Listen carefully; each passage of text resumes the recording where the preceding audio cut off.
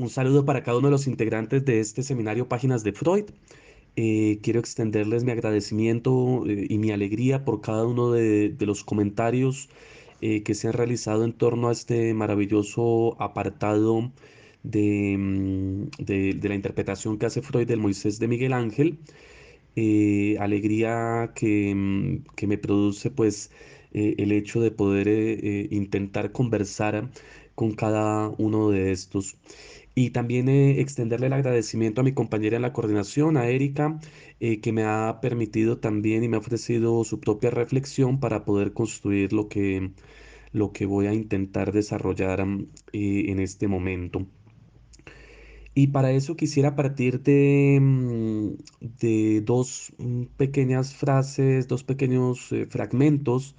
de Ser y Tiempo de Heidegger. Abro comillas. La curiosidad no tiene nada que ver con la contemplación admirativa del ente, no está interesada en que el asombro la lleve a un no comprender, más bien procura un saber, pero tan solo para haber sabido.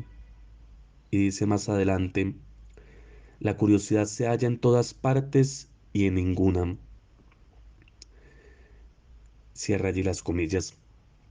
Y quise partir de este apartado porque me parece que nosotros, el ser humano, en su vida cotidiana, tiende a la curiosidad, es decir, a ese saltar de un objeto a otro sin que ninguno se abra en su misterio y en su enigma, a ese, de alguna manera, hecho de no poder detenerse y demorarse en las cosas. Y precisamente eso contrasta con los instantes más bien excepcionales en los que un ente se nos revela como divino, en la forma en la que lo entendían los griegos, es decir, en los momentos en los que un ente se nos revela como lo más inhabitual dentro de lo más habitual, como un enigma del que no se puede salir porque algo captura del sujeto, ni se puede entrar en ese enigma porque todo intento por precisarlo de manera definitiva, por ejemplo, mediante la conceptualización, resulta insuficiente. Y creo que quería partir de esto porque es así posible que el sujeto, digamos, capturado por este enigma, por ese no poder salir de él, pero tampoco poder entrar por completo, solo así es posible entonces que el sujeto se detenga y se demore en el ente que ofrece en todo caso una multiplicidad de sentidos y que exige una interpretación, pero que sabe a la par que el ejercicio mismo de dar sentido siempre podrá ser reanudado, que el ejercicio interpretativo siempre podrá ser retomado. Y en ese sentido, em, es desde este primer conjunto de afirmaciones que quisiera realizar la aproximación a la posición de Freud frente al fenómeno del arte en este primer apartado, porque hay en Freud, y se expresa en lo leído, lo propio de un ser que se ha asombrado, en este caso frente a la obra de arte, y que se dispone frente a ella de tal manera que es posible meditarla. En otros términos, la obra le da que pensar a Freud. Y para que la obra dé que pensar, no se requiere, nos dice de alguna manera Freud, de manera implícita dentro de este apartado, ser un erudito en el conocimiento de la técnica y de la forma. A pesar de lo cual, y sin embargo, como se señalaba en uno de los comentarios, con esto no se puede desdeñar de la construcción formal en virtud de cierto privilegio del contenido. Eagleton lo ha dicho a propósito de la poesía, y es que la diferencia entre forma y contenido es imprecisa, aunque pueda ser útil para realizar diferentes tipos de análisis. Y es imprecisa porque la forma es constitutiva del contenido y no un mero reflejo de este. Eso sin que se observen como una unidad armoniosa, pero evitando siempre, de alguna manera, una falsa preponderancia entre los elementos. Y en ese sentido, hay que decir que el auténtico crítico nos ayuda, el crítico de arte, a ver la manera en la que la forma se dispone para expresar determinado contenido. Es decir, de alguna manera, cuando atendemos a la labor del crítico auténtico de arte, lo que hacemos es intentar comprender las diferentes posibilidades en las que la forma se organiza, por ejemplo, la forma de los colores, los sonidos, las palabras, para producir sentido. Y esta es quizás entonces la primera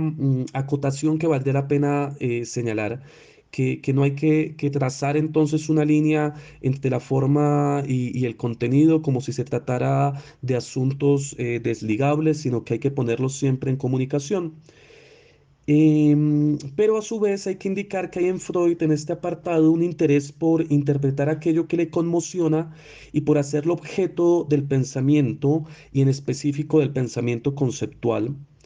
Y esta tarea es fundamental, pues abre horizontes de comprensión, abre precisamente posibilidades de interpretación de la obra, pero sin embargo, este intento de interpretación intenta hacerse una comprensión de lo que le resulta enigmático de la obra.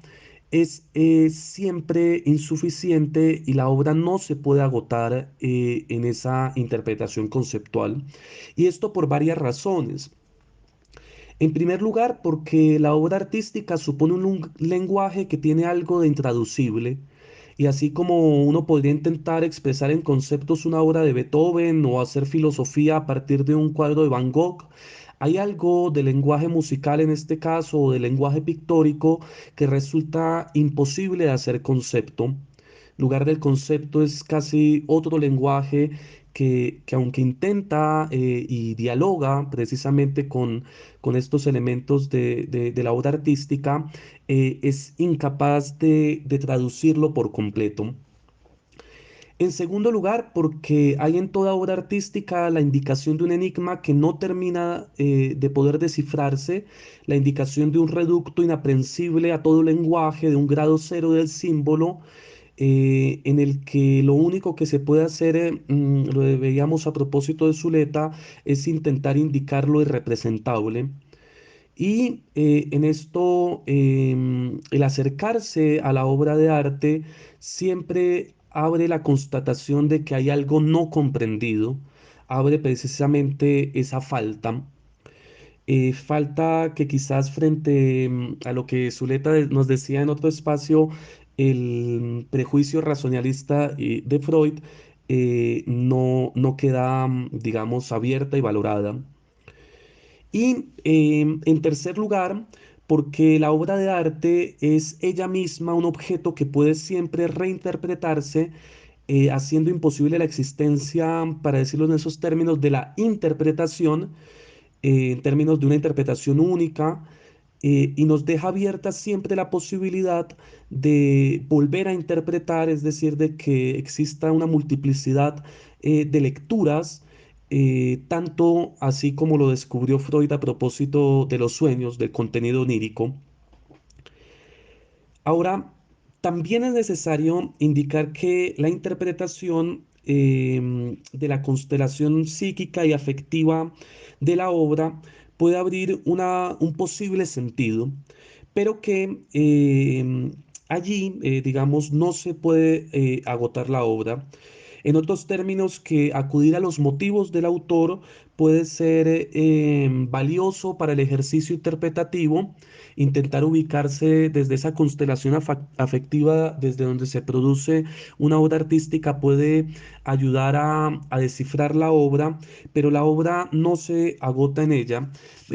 Porque como se decía también en alguno de los comentarios, en muchos casos incluso carecemos de los elementos necesarios para poder acudir pues por ejemplo, a reconstruir lo que el autor quería expresar en ella. Y en segundo lugar, porque también hay que considerar que hay cierta descontinuidad entre la obra, el autor y el lector, para decirlos en esos términos, el intérprete de la misma. Y quizás podría abrirse un horizonte, una perspectiva para pensar este asunto a partir de algo que logramos encontrar dentro del texto de Freud, y es que esa obra, por ejemplo, el Moisés de Miguel Ángel, le causa a este sujeto, a Freud, una profunda herida. Y en general podríamos decir que hay otra forma también de interpretar y de acercarse a ese objeto, a la obra de arte, y esta no es otra manera que aquella en la que el sujeto interroga por el hecho de que una obra en particular le haya asombrado y le haya abierto algo, le haya conmocionado. Esa lectura entonces permitiría también posicionarse tanto desde el lugar de la obra como desde el lugar de el sujeto que la interpreta. En este sentido, entonces, un poco en el diálogo que se pudo establecer y que pudimos establecer a propósito de este apartado de el Moisés de Miguel Ángel en la interpretación de Freud, hay algo que podríamos indicar, y es que la multiplicidad de interpretaciones siempre está abierta, siempre es posible, y a su vez que el hecho de que no podamos ingresar por completo dentro del enigma de la obra, dentro del enigma de lo que la obra causa en nosotros, no quiere de manera inmediata, digamos, decir que deba realizarse una renuncia del ejercicio de la interpretación.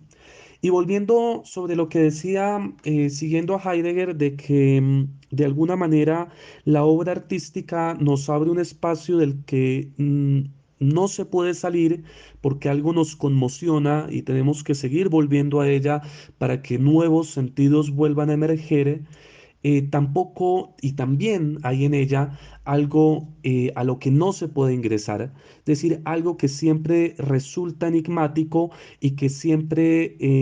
se constituye como un reducto inaprensible que nos anima a seguir ese ejercicio de interpretación constante.